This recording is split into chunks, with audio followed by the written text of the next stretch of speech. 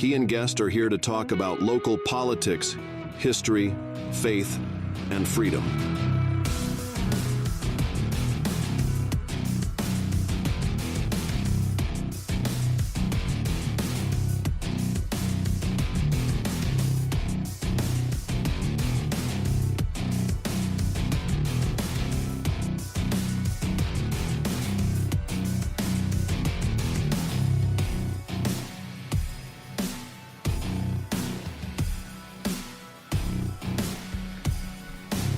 All right, you're listening to Rutherford Magazine Show. I'm your host, Mike Sparks. I think I'll have a good show tonight. Just got back from McDonald's, one of my favorite places. Getting my senior coffee for 79 cents and hooking a brother up. Michael Carnes, how you doing? I'm doing extremely well, and I appreciate the hookup on the 79-cent coffee. Got Jackson something and got you some free fries, brother. Extra large. How do you walk out of there, McDonald's? $3.04. 2 cups of coffee, Coca-Cola, and some large fries. And Jeremy, I got you a water, by the way.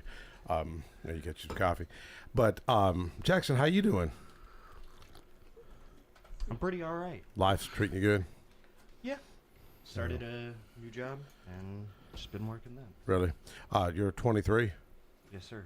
You know, I ended up using that phone I bought from you. Remember, like 2 years ago? Yeah, I remember. My iPhone went out, or my Android went out, so I ended up, the lady over at the T-Mobile was really helpful. She's Cuban descent, very, very sweet. And she said, well, it's going to be a few days for your phone. And I was like, well, I happen to have this iPhone SE. People making fun of me because it's so old and the screen's kind of small. But, hey, it works. And but every time I call T-Mobile, I can't never get through to get my insurance done. Surprise, surprise. I like T-Mobile, though. They've been good to me for 20 years or however it's been, you know. Who you have? I have AT&T. Oh, man, they're expensive. Well, it's everywhere I go, I can get service. Well, yeah, but you're a rambling man. I'm a rambling man, but my wife and I, go back and forth because she's an iPhone and I'm an Android. So Oh, you got Android? Okay. Yeah, What yeah. type of Android you got? Galaxy. Galaxy what? S24 Ultra. Oh, is it? Yeah. And Jeremy, what kind of phone you have? iPhone 11. Oh, is it? Yeah. Well, I called. I did get a hold of T-Mobile. I say that they did talk to me, but it wasn't insurance, and they were offering me a phone for I could trade. I think trade this in. I gave him $200 for, and they'd get me what's the latest iPhone? Oh, like there's so many there's so Well, many I think models the out there 11. that I forget. I think they offered me the 11, Yeah. and I'd be out of pocket like $379. Is that a pretty good deal? Well, that sounds about right for the 11. I mean, Well, how much can I buy one off the street for? Depends on if it's out of a trunk or out of a store. Well, I don't Exactly. know. I see them on Facebook, kind of reasonable. yeah. I mean, out of an Apple store specifically, probably. This is a ballpark number. I don't know the specifics. Probably like 800.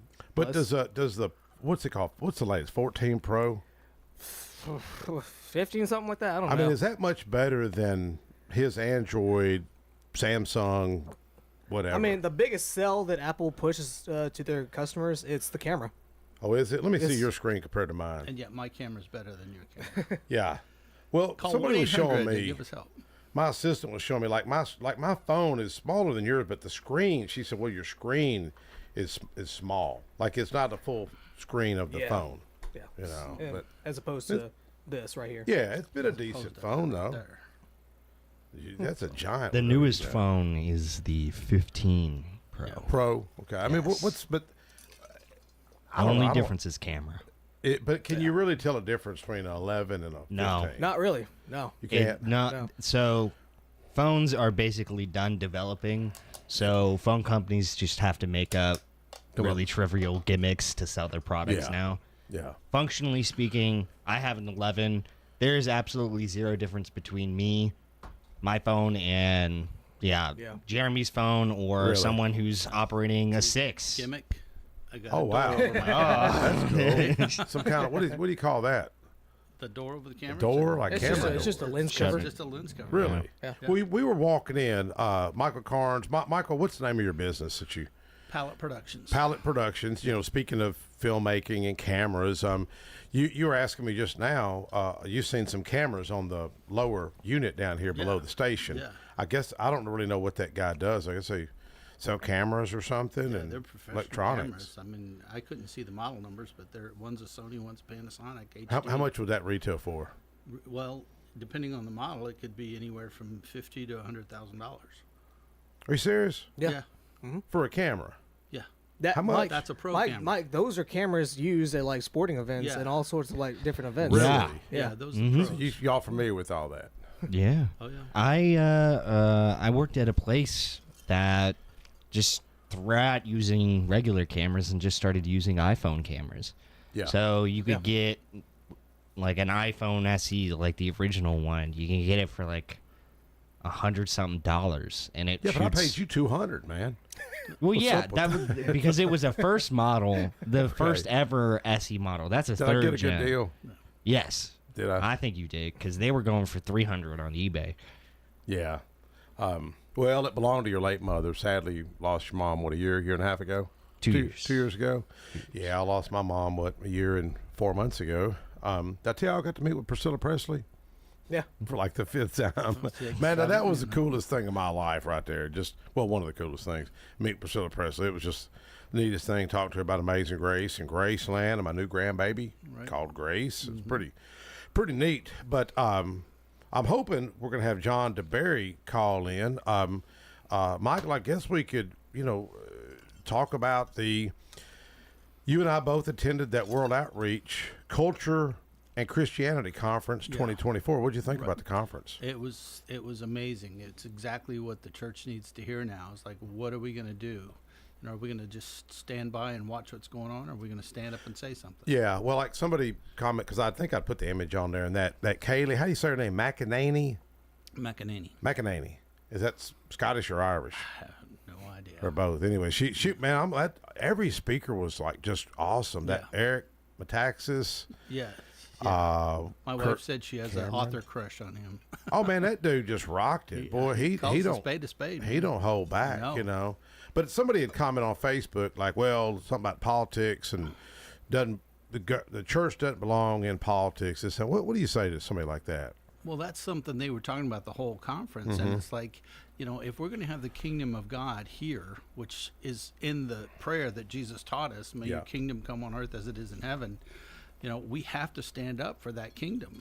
So, my take is we have to be involved in what's going on in the world today. Yeah. Otherwise, as John DeBerry will say, both good friend of both of ours, said, we've been asleep for 30 years. And we wonder why kids are being taken away from their parents and not being told that they want to be a girl instead of a boy. Yeah. So why are we like this? Because the church has been silent for 30 years. Well, who was it that spoke about that it was really Christianity that freed the slaves? Who was it that spoke on that? And I never really thought about that. That was the first day, and I forget which one it was.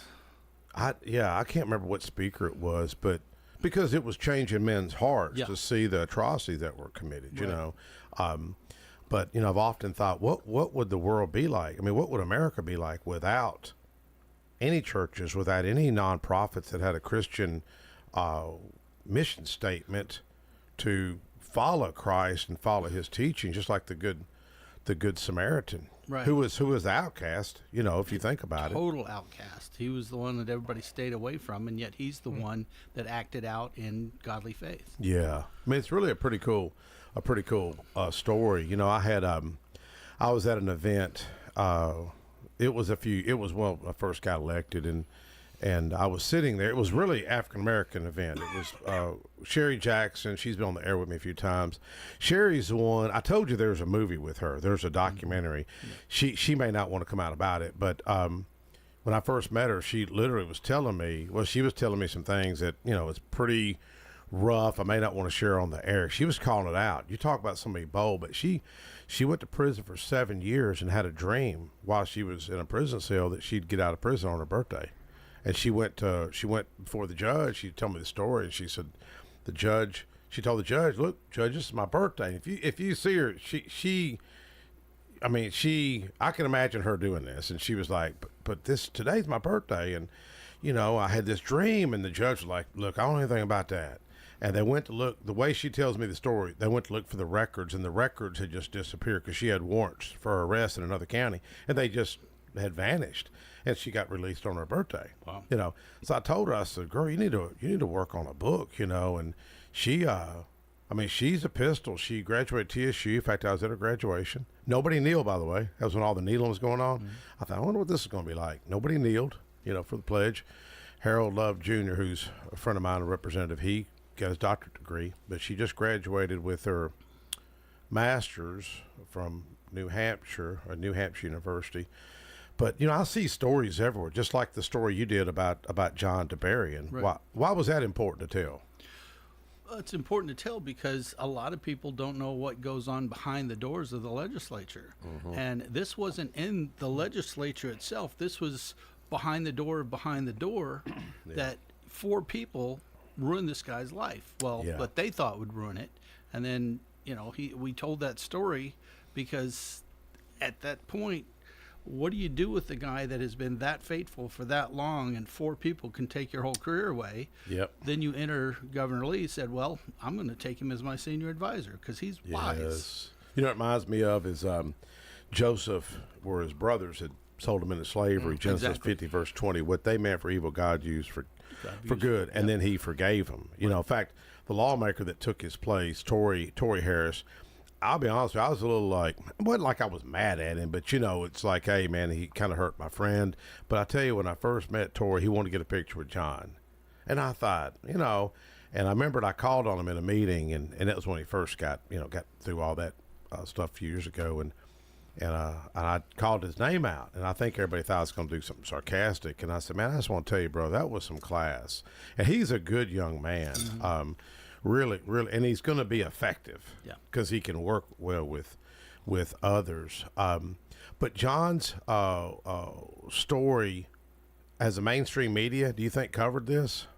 Oh, absolutely not.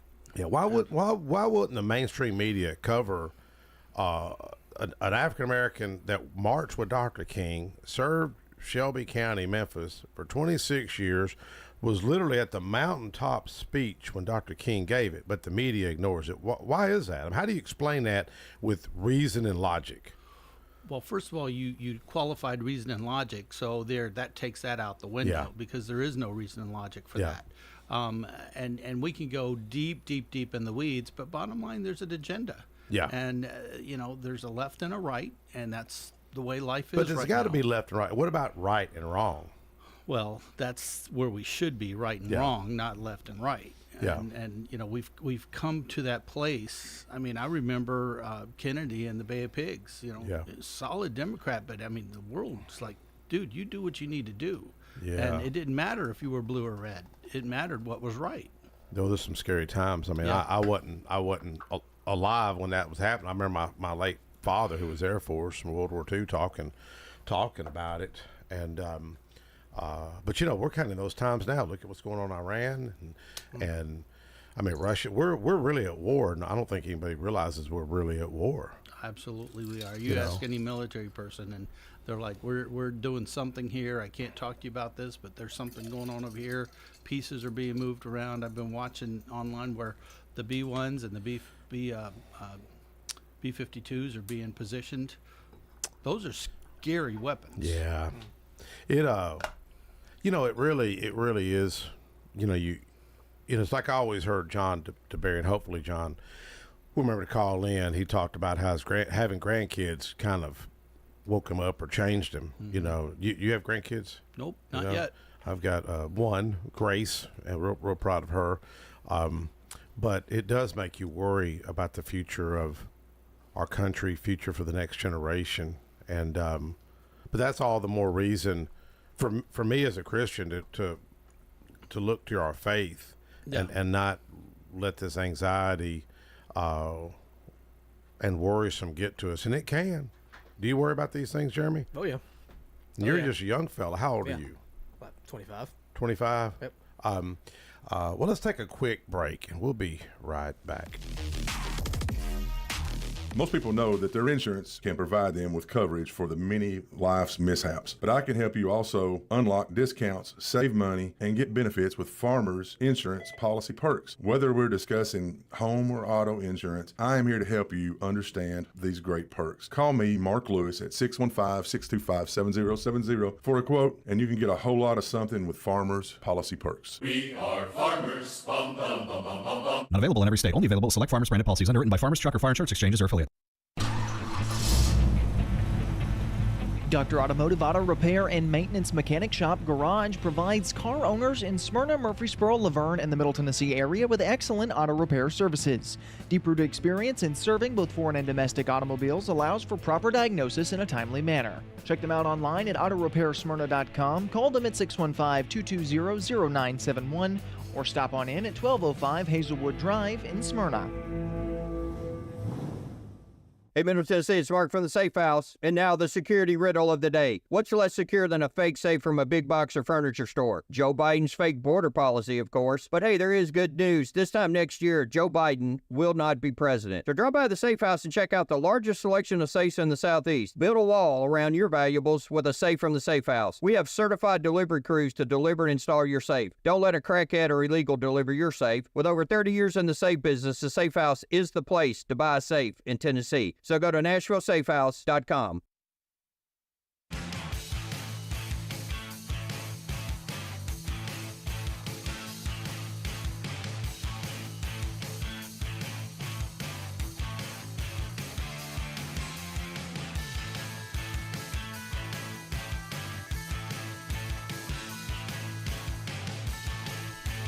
All right, we're back. Rutherford Magazine Show. I'm your host, Mike Sparks. Let me put something out there before I forget. There's Pastor Brenda Bryant. I was hoping Brenda was going to call in, but she there's a prayer breakfast, the Laverne 3rd Annual Prayer Breakfast at 10 a.m. this Thursday over there at right to the left of the City Hall at the Laverne Multipurpose Building. Life of Victory Ministries is hosting it, and John DeBerry is the guest speaker. And I know Mayor Coles had him over there before on Dr. King Day. But if folks want more information about that prayer breakfast, you want to get involved, number 615-213-1468. That's 213-1468. I was there last year. We had a great event. And one thing I said at that prayer breakfast, this country needs a revival of hearts, man. There's just so much division. I see it in Nashville. I see protesters holding up signs. The other day they were trying to call us fascists, and they were spelling fascism wrong. So I saw that on your Facebook. Did you see it? If Tina with Express Signs is listening, Tina, you need to get hold of these protesters and hook them up with some new signs and teach them how to spell. But anyways, I see where they were at the governor's mansion, the residence this morning. Noticed none of them were at church, and they were debating House Bill 1202, or arguing about House Bill 1202, which is called Arming Teachers Bill. The media gets such false information out there and gets people hyped up. This is not going to affect Davis County. It's not going to affect Rutherford County, Williams County, Wilson County, Sumner County. This is designed for rural counties. A lot of these rural counties are in poverty. They don't have the resources for SROs like our county does. We're blessed with will you take that call? That's John. But we're very blessed with a great sheriff's department, great officers, and but here's the key, because so many people have asked me about this bill that did pass. The holder would have to possess a valid enhanced carry permit with Tennessee, must be fingerprinted by the appropriate law enforcement, must pass a psych evaluation, which is very difficult, and from what I've heard about it. Let's see. This is a pre-existing evaluation under the Diagnostic and Statistical Manual of Mental Health Disorders of the APA and will not require new development of an evaluation system. Also, they must have written authorization of the chief of the appropriate law enforcement agency. So that's a hurdle to get the sheriff to approve that. Or I guess if it was a city school, you'd have to have the police chief of police there, must complete a minimum of 40 hours of training specific to school policy that has been approved by the Peace Officer Standards and Training Commission. There must be they must be recertified each year to retain the authorization. But here's what permit holders that may not carry. They may not carry openly or in a manner in which the handgun is visible to an ordinary observation. In stadiums, gymnasiums, or auditoriums when school-sponsored events are in progress, or in meetings regarding disciplinary matters, in a hospital, clinic, or office, medical or mental health services are the primary services that are provided. The director of schools, principal, and the chief of the appropriate law enforcement agency are the only ones notified of those permitted to carry within the LEA. They are not to disclose if someone is or is not permitted to carry on school grounds. Expenses must be covered by the person seeking the permit. I think Brian Wilson on 99.7 probably said it best. He said there's probably 5 to 6 people across the entire state that would even meet all this threshold. 32 states currently allow teachers and staff to effectively protect children in their schools by carrying a firearm on campus with certain restrictions: Alabama, Alaska, Arizona, Arkansas, Colorado, Connecticut, Delaware, Florida, Georgia, Idaho, Indiana, Iowa, Kansas, Kentucky, Massachusetts, Michigan, Minnesota, Missouri, Montana, Nevada, New Hampshire, New Jersey, Ohio, Oklahoma, Oregon, South Carolina, South Dakota, Tennessee, Texas, Utah, Vermont, and Wyoming. Tennessee, we passed something back for the distressed counties back in 2016 for those staff members who had a carry concealed permit. But the point I want to make with this, I see this stuff is so orchestrated. These protests are orchestrated. These folks, I'll argue, are paid, just like I was sharing on Facebook. When Antifa was in front of my own house 4 years ago, I had an attorney, and he may want me to keep his name out of it. He just called me and said, hey, man, there's talk that Antifa's up here. They're trying to cause trouble. He said, you're a target, you know. He said, so is Sam Davis home. And I was scheduled to fly out with General Max Haston to California, watch 278 do maneuvers, which was a real honor because my friend Sergeant Asbury Hahn was killed in Iraq, and got to go out there. But I told my wife where my life insurance policies were at. I said, hey, here's policies, and just in case something happens, and it gets her freaked out, you know. And that night when I was out there in California, my phone was lighting up. I had on silent. I couldn't sleep.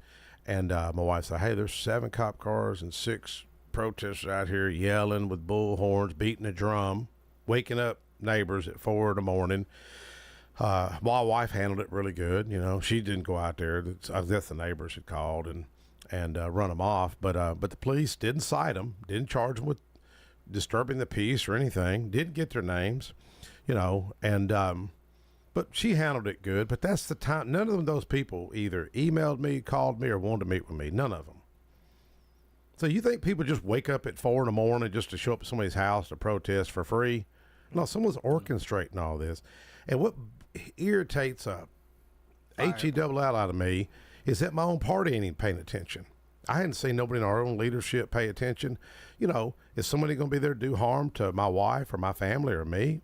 I don't know. I don't think so. I think they're just there to disrupt. And but that's the times we're in. Just like the same people at the governor's residence. And I wish I had. In fact, if somebody wants to do this, just call me. I'd pay you. I would pay you. Michael, maybe me and you do something. Just show up out there and just interview these people. Hey, where are you from? Why are you here? By the way, the atrocities that happened in Israel, what do you think about that? What do you think when babies were put in ovens and murdered? What do you think about women that are raped? What do you think about that? And see what they say. I bet none of them, because it's all orchestrated. And what irritates me is nobody takes a stand. And I got to ask General Ross in finance here a few months ago. I've got somebody I've shared with you that's an undercover agent. And I said, hey, I'm with the general. You want me to ask him anything? Ask him about the Hamas, Venezuelan, and Chinese and Syrian intelligence folks coming across the southern border. So I asked him that. It made news, and he kind of looked, and I asked him later, man, are y'all doing anything about this stuff? I think we're sitting ducks. Yeah. And then people, but here's what's strange. They do want to take your guns. Have you noticed that? They do. Is there something going on here? I don't know, man. 2 and 2 equal 4. I mean, when you start seeing patterns, then you need to start questioning things. Right. Good. Well, I mean, it's some rough times. it is. Just I don't know if this is probably not related to you, but the fact that there was a recent shooting on my street last Monday. Really? Yeah, like at 8 at night. I was on my couch trying to sleep off a headache, and then all of a sudden I hear shots ring out. And at first I was like, did I imagine that? Yeah. And then 10, 15 minutes later, there's blue lights outside my window. I was like, yeah, that was a shooting. Now where y'all at? I'm literally like 2 or 3 blocks away from MTSU's campus. Oh, okay. Yeah. Yeah. Well, they always say a lot of the folks up here, you know where they say they're from, don't you? Causing trouble. Yeah. Well, I'm not going to say anything about Well, that. they're from Memphis. Yeah. I mean, the kids will tell you that because I'm over there. I take a few classes, Nothing against Memphis. My assistant's from Memphis, and John DeBerry's from Memphis. By the way, what'd John say? After the next break, we'll call. Oh, okay. So John DeBerry should be calling in. What projects, Mike, are you working on right now? The biggest thing I'm working on right now, there's a movie I'm working on, trying to get funding for, but it's on anti-suicide, speaking of violence and things like that. But for the community here, and the state is looking at it as far as patting me on the back and how can we help, is a Christian charity film festival.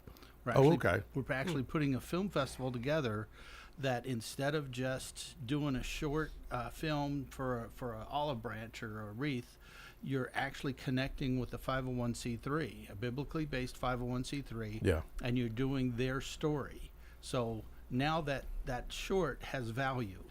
It's not just for accolades. It has value for the 501c3, for the charity ministry. What's the difference between a short and a trailer? Or a short and what's the other term y'all use? Well, there's the trailer, there's a short film. Short films are just that. They could be 2 minutes, they could be 20 minutes. Documentary can be anywhere from 30 to 45 What's minutes. it called if you've got a screenplay written that you present? I never can remember the term. There's a treatment. Treatment. Which is treatment. Before the whole thing is written. Okay. It says here's what it is. So think of a visual treatment. That's kind of what a short is. It's a 10-minute piece. It's a 15-minute piece. Okay. But so many festivals just, people randomly come up with a story, shoot it, and go, hey, look what I did. And so if you see, because there may be some students that are listening, or there are stories everywhere. Everywhere. Oh, yeah. And everyone has a story. Troy Sanderford, for example, just off the top of my head, him and Kim Ryan. We run the bill. He's with Hustle Recovery. Mm-hmm. I tried to create a license plate for him. He didn't really want to use the term hustle, so we called it end overdose. So that he's got to go out and pre-sell 1,000 license plates. So it's a huge hurdle to do, just like we did the Jeep license plate that's been very successful. Many thanks to Daryl Mackin and Wendy Lloyd for their efforts. And we've got a new plate coming out that Pettis Reed and the county commission hopefully gets behind it. It's really Pettis' idea. It was called Rutherford. I think it's Rutherford Historical, I believe is the name of the plate. And but they've got to sell 1,000 of them. But when you see a story like Troy Sanderford, who was selling drugs, facing like 25 years in prison, literally gives his heart to the Lord in a jail cell, and now he's helping thousands of people across the state today. When you see stories like that, where does somebody start? I'll tell you like I tell every other writer in the world, you start at the beginning. Mm-hmm. Troy did this, and then keep writing it, and then if somebody wants to take it to a film, they could take it to a film and do the story as a news story. They can reenact it as a narrative, and that's kind of what we're looking at to do with this charity film festival. Yeah. And as talking about stories and how good they are in the nonprofit and charity world, I was talking to Rich Peluso of Affirm Films, who's going to be part of this. And I said, there are no better stories than stories of redemption and hope that come out of the nonprofit world. Yes. Yes, sir. So Yes. that's what this is about, is helping young filmmakers and aspiring filmmakers to learn how to tell a good story and work with somebody that actually has a real story and not just a made-up story. What do you think about that, Jeremy? Yeah, true. I'm totally behind that. I I used to be part of this little small group. We did just little rinky-dink films, and there was nothing like what you're talking about. But yeah, just talking about just making a story out of just an idea, and then like you said, the whole spiel is telling somebody's story and how they redeemed themselves, both physically and spiritually. Yeah. I mean, I think that's really. I think, yeah. Well, Look at the story of Paul. Old guy to young guy. Yeah. Don't you think we need more stories of hope? Absolutely. We need more stories of hope. Absolutely. Yep. And that's what this is about. Yep. But how do you fund it? Knock on the doors and look for sponsors and look for philanthropists and Yeah. look for investors. Well, this is not an investor type scenario. Some films are, but some of them are just philanthropists that say, hey, I really want to get behind this. I think it's a great idea. How much do you need? It's like, hey, I need 1,000, need 1,500, whatever it is. Yeah. There's a cost. Well, I didn't get to see the movie. What's the movie they were showing the other night? That Oh, Unsung Hero. Okay, Yeah. I'm going to give a You- shout you out. went and saw- Not watched only it? do I see it, I know the Irwins and the Kingdom Story Company that did it. And I looked Andy in the eye and I said, dude, you keep doing stories like this. It's story of redemption, story of hope, story of rolling up your sleeves and making it happen and doing what you need to do. Story of just getting beat down and just keep getting up. It's a great story. So it's one what are they that I say doing go see. to just get their costs to keep their costs down? Oh, they're on at the the production? they're at the place where they don't keep their costs down. They're doing real films for real money. I don't know the budget of that, but after watching it, I'm saying it's probably in the sweet spot of 10 to 12 million for that one. Wow. So, but it's a full on. They released it Friday in 10 3,000 to 12 theaters. million. Wow. Yeah. That's I mean, these Warner Brothers and Columbia Pictures, they don't blink an eye at spending $100 million on a movie. Really? So these are real. Well, don't you movies. think that, like you and Jeff Green, and Right. tell Jeff said hello, did invite him over here, and he said he was in, but not Knoxville. Yeah. Was it He's- Greenville? Yeah, he's Johnson City. He's out here now. Yeah. Yeah. But when you look at a story like John DeBerry, here's a man that was literally taken off the ballot, treated terrible, and God had a plan. I mean, if folks don't see that's a God story, I don't know. They would never see a story then. Right. Yeah. Just like people say, well, it's just coincidental that Joseph was sold into slavery. Joseph had dreams. Joseph got promoted. Joseph forgave his brothers, saved the entire race of the Jewish people by using Joseph. Just like John DeBerry with his message. I mean, John, it was so cool of the day. Everybody else, there were great speakers. I mean, kudos to Pastor Alan Jackson and his staff. And how many volunteers? They had 300 volunteers. 300 volunteers helping out that thing. So hats Kudos. off to them putting this whole festival on. But that Kaylee McEnany, all of them just rocked that place. But then John DeBerry spoke. I mean, it was like the walls were shaking, man. People just jumped on their feet. And, I think the story of John's life should be told. Because he's seen the dogs. He's seen the dogs when they were protesting. Yeah. He's seen all that. And he was on the House floor with us about 3 weeks ago. And people want to call him a civil rights leader. He says, no, I was no leader. I was a scared little boy holding on to my dad. Yeah. He said, those were the guys that were leaders. Those were the guys that were giving their lives. Those were the men that stood firm, that were knocked down with fire hoses. And I think he witnessed I think there's a image of a woman being hit with a fire hose. I think he witnessed that. He probably did because he was right there. He says, I was holding on to my dad's britches, Yeah. He's just grabbing hold and scared to death. And if folks want to see, if you just Google John DeBerry on YouTube or John DeBerry Mike Sparks, you can see the work that Michael Carnes had put together.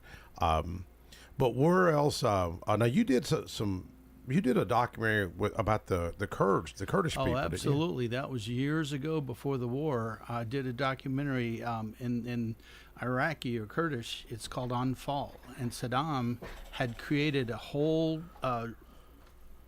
program called Anfall. It's basically Yeah, how are you saying it? Anfall. Anfall. Spell it. ANNFIALE, I think, something like that. So it's an Arabic word. Yeah, it's an Arabic word. Arabic word, It's an okay. Arabic word. But bottom line, it was just like Hitler exterminating the Jews. Yep. It was, I'm going to exterminate Wow. the Kurds off the face of the earth. Yeah. So I went over there and did a documentary on that. First time ever and last time I'll ever do it, shooting dead babies and executions. Oh, you seen that? I was with the video camera. Really? Yeah, so I'm actually taking a Middle East class right now with Dr. Sean Foley at MTSU. Shout out to Dr. Foley. I'm taking his final tomorrow. Wish me luck. Good luck. But yeah, we did talk about how Saddam used like the technology of his day, which was video cameras Yeah. and cassette tapes and all that. And there's a very famous like tape of him with his like advisors or something. I can't remember. I got to study that tonight. But there's a video of Saddam with his like advisors, which I'll tell you right now. The gist of it was that he got all of his advisors in a room. You know, he got all. I don't know if it was like crying, but it was like, "You're all traitors to me." And then he had them taken out, and I think he actually taped their execution. Yeah, taped their execution. Yeah. Wow. He did. I mean, there's so many stories I could tell you about that situation, but just as a reality check, that tape went to the Capitol, the national Capitol, and it was soon after that we started the war, because Really? they got to see the. So you know a lot of Kurdish people. I know a lot of Kurdish people, but he was. What do you think about Kurds? I think they are fabulous people. They're actually in the Bible. They're the Medes. They're the descendants of the Medes. Well, you know, I've got several Kurdish friends: Z, Dilshad, Baywar, Ali, Abdullah. They have Smyrna, Auto World of Smyrna, right there. What we would call the old VFW by Bell Furniture between Smyrna and Murfreesboro. Sweetest folks. I bought, I think, 24, 25 cars from them.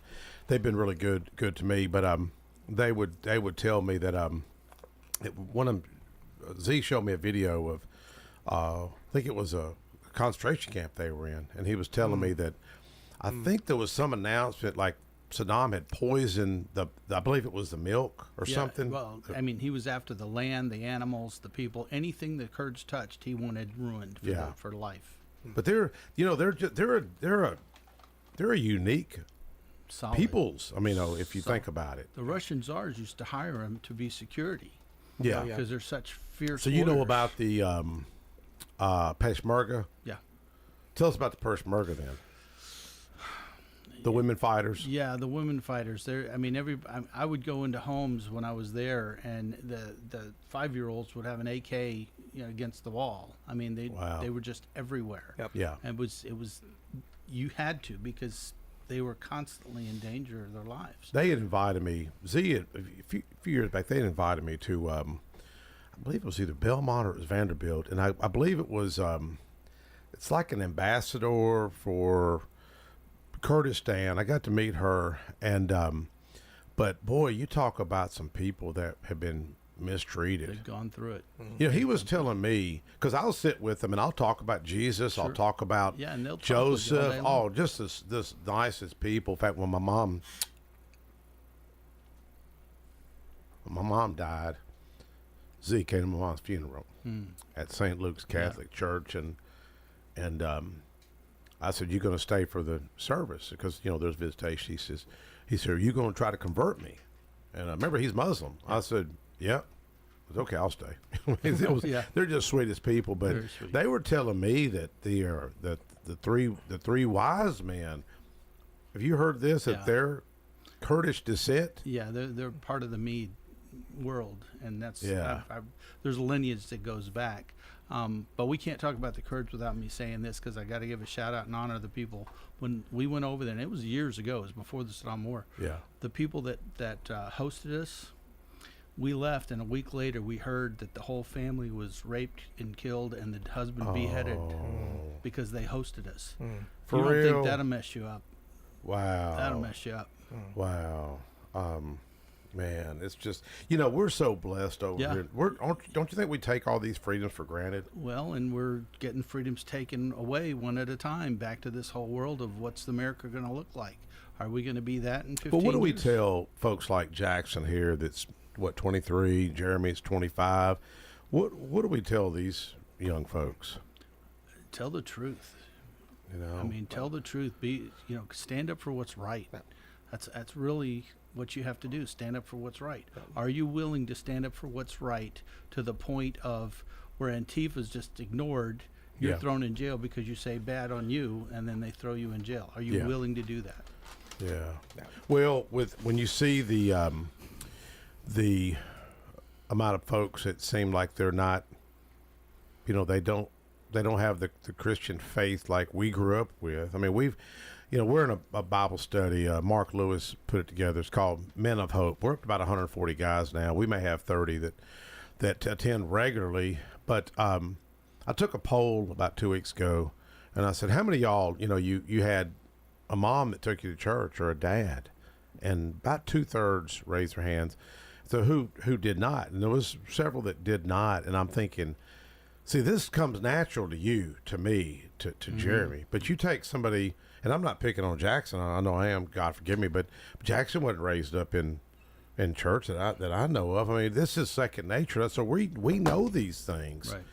We know. I mean, I wake up praying with my wife, praying for the problems I see, and I've seen the Lord open doors and do miraculous things. It's like one of the speakers was, even that Kaylee McEnany was talking about that.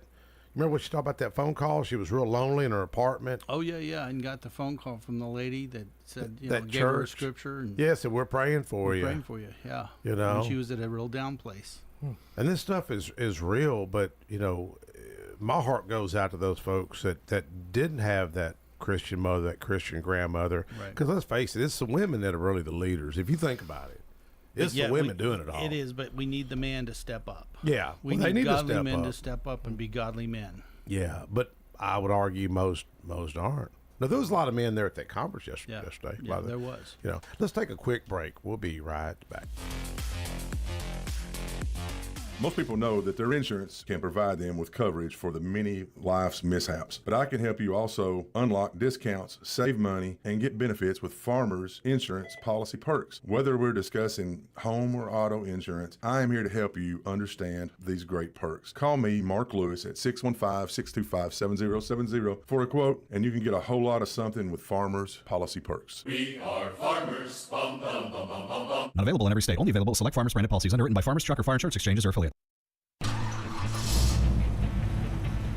Dr. Automotive Auto Repair and Maintenance Mechanic Shop Garage provides car owners in Smyrna, Murfreesboro, Laverne, and the Middle Tennessee area with excellent auto repair services. Deep-rooted experience in serving both foreign and domestic automobiles allows for proper diagnosis in a timely manner. Check them out online at autoropairsmyrna.com, call them at 615-220-0971, or stop on in at 1205 Hazelwood Drive in Smyrna.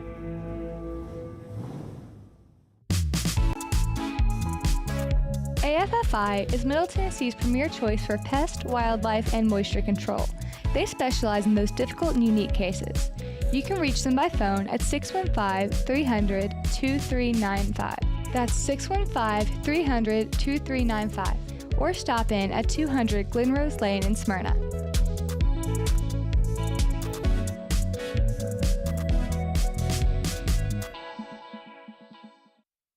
My wife and I enjoy going by Yard Sale Inc. We usually go to both locations, the one in Smyrna as well as the one in Murfreesboro. A lot of times on Saturday mornings we stop by, and their inventory changes weekly, so you never know what you're going to see, and it's mostly open box. The name fits it. It's exactly that. It's a yard sale. If you don't totally agree with the price, the staff is always friendly and nice and willing to work with you. That's the Yard Sale store in Smyrna at 111 Enon Springs Road West, in Murfreesboro at 204 South Front Street, and online at bestdealintown.com.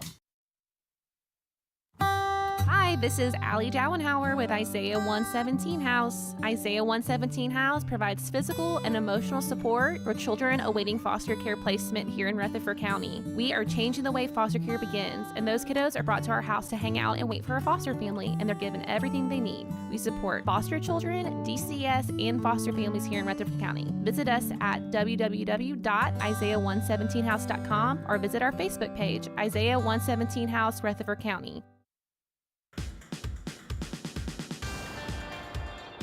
Go back to the All right, we're back. Rutherford Magazine Show. I'm host Mike Sparks. Got filmmaker Michael Carnes with me, our trusted intern Jeremy Smithson, and I think we've got John DeBerry on the call. John, are you there? Yes, sir. I am here. How are you doing? Doing good, sir. I know you're a busy man. We appreciate your time. John, I don't know if anybody told you, but you kind of rocked the house over there at World Outreach Mega Church the other day. Has anybody told you that? Well, no. I just it was an opportunity. It was a great group of people. Alan put together a wonderful program, a wonderful group of speakers, and what better occasion for us to get together than to compare what's happening in our culture today when we remove Christianity from the forefront in the marketplace. And so It was a great day. Yes, I was asking Mike. In fact, Mike was reminding me to ask you that question. Why does this matter, John? I mean, you're upwards of 60 years old. You know, you were at the mountaintop speech when Dr. King gave it. You've seen a lot of bad things growing up, and you've seen a lot of good things growing up. So why does this matter? When you mention Christianity, when you've got somebody out here that's listening that really hadn't been exposed to this, or maybe they had something happen to in their childhood that turned them away from the gospel, turned them away from the word, what do you tell that person why this does matter? It matters because it's the very foundation of our culture and of our nation itself. You know, I think a lot of folks forget. We'll talk about Dr. King and we will celebrate his life and his death and his legacy and his achievements, but I think we forget the fact that Dr. King was a Baptist preacher. Yes, he was a believer. Yep. He was a individual who stood in the pulpit and talked about Jesus and our Savior. When we look at all of those men, from Thurgood Marshall and all the men of the Civil Rights era, those of other eras, they have all been believers. Though the very foundation of our culture requires that we have a faith in our God and our Father. We've had a grand experiment since the late 60s of removing God, removing prayer, removing the Bible, removing faith from the marketplace, from our schools, from our colleges and universities, and look at what we have now. Yes. It was though we planted 30, 40, 50 years ago, we planted bad seed and act as though we were going to have crop failure. Well, our crop is coming in. Yes. And then they removed you. Right, and then remove me or anyone that disagrees with this cancel culture, with this woke culture. Anyone that stands and says, wait a minute now, I'm an American also. Yep. I have a right to my opinion. I have a right to disagree with you. I have a right to raise my children as I see fit. If we stand, we're speaking hate speech. Yes. We are being offensive. They can call us everything but a child of God, but we can't fight back. And we've got to change that. Yes, sir. That has to change, and it has to change immediately. But John, wasn't Jesus very meek and silent and didn't really want to, get involved in anything? Well, I don't know what Bible that some folks are reading, but the Jesus of the Scriptures was a man who was, folks think meekness is weakness. Yeah. Meekness is power under control. When you put a bridle in a horse's mouth, as James says in the book of James, that horse is still powerful, but his power is under control. Yes. We as Christians have got to band together, stand together, speak together, pray together, fight together. And it is only then when we, the people, join arm in arm, as Paul said in 1 Corinthians 15 and 58, be steadfast, be unmovable. When we stand together, the devil runs. Yes. Because God didn't tell us to run from the devil. He told us to put the devil on the run. Yeah. He said if we resist him, he will flee from us. What we've got to do is find our backbone to resist again. And when we do this, we'll watch our culture change. We'll save our nation. We will make America what it ought to be. It will continue to be the light on the top of the hill. But we've got to light that fire again. Yes. Hey, John, Michael here. Didn't you at one time Mike. say something about the Rip Van Winkle event? Oh, absolutely. Tell us what that is.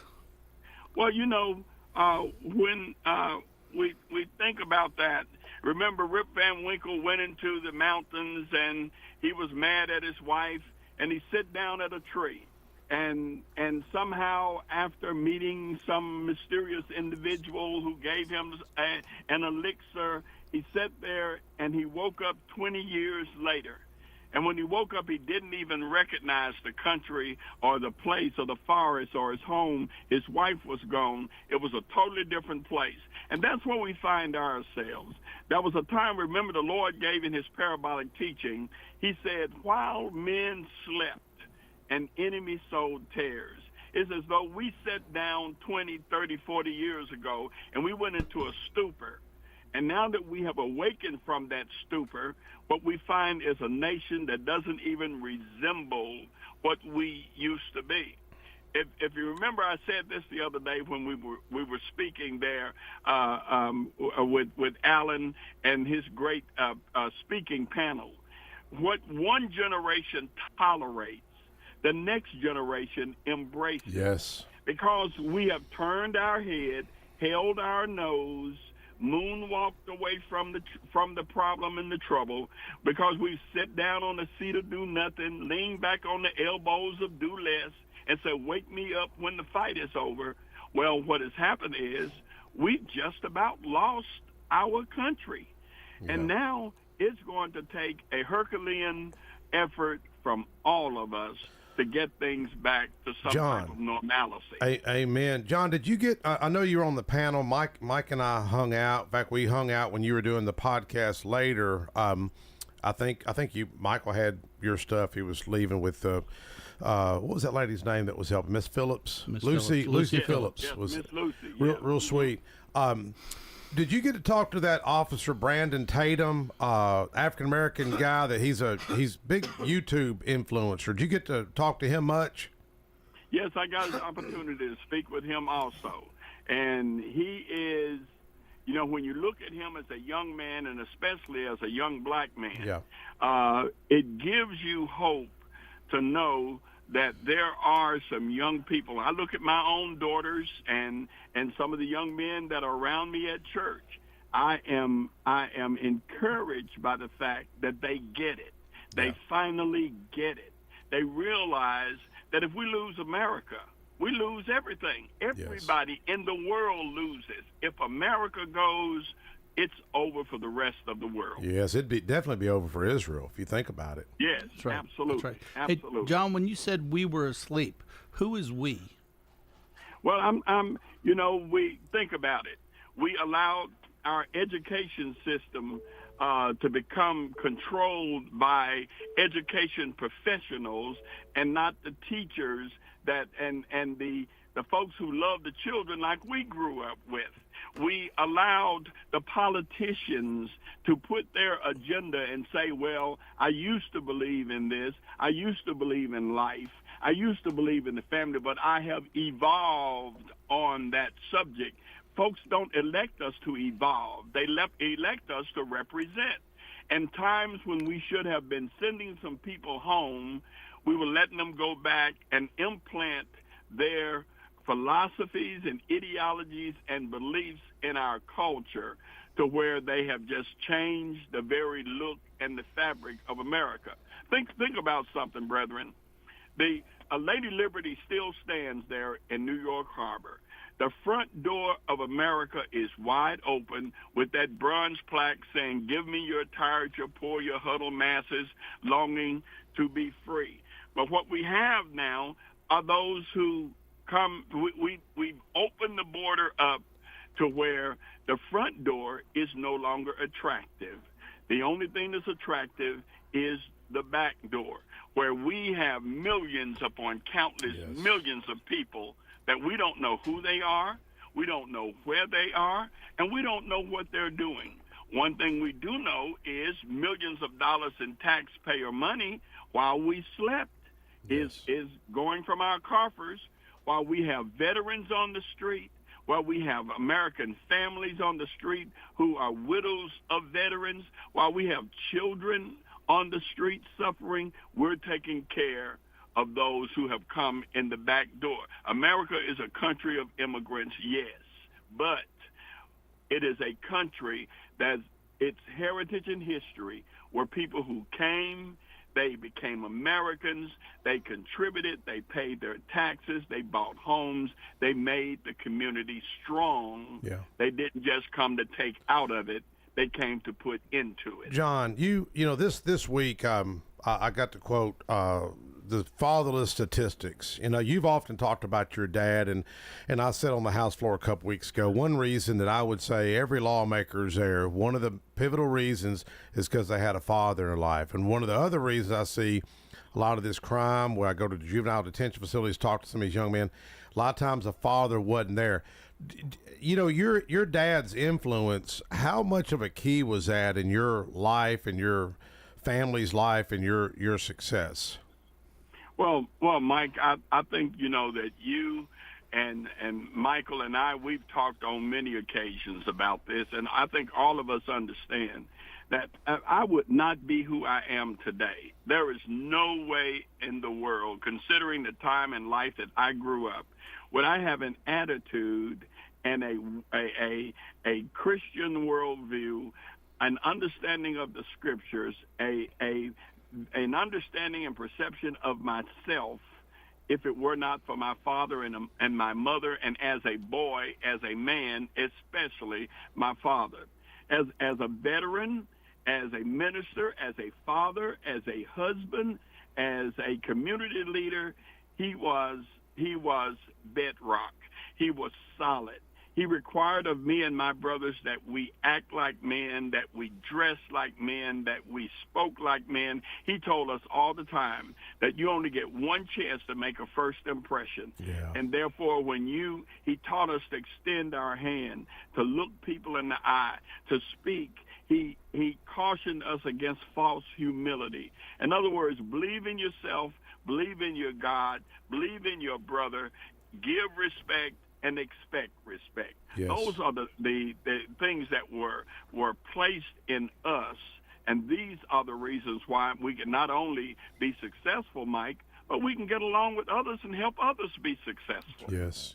Well, John, when did your father pass? What year? I lost my father, I think, in 2009. Yeah. So he's been gone a while, and the last thing my father said, my brothers, both who are ministers, both who are businessmen, strong men who got strong families, as we stood around his bed, my dad, while, you know, we're brokenhearted, this man has been our rock. Yep. He's been the guy that, you know, you can call in the middle of the night and he can tell you, he can be spot on. It only took him a few seconds to where you're confused, that he could get you out of the confusion and get you on the right road. And now he's getting ready to leave us. Yeah. And he looked at us, and my dad's last statement. Are you? Yeah, we're here. Go ahead, John. Yeah, my dad's last statement was to us.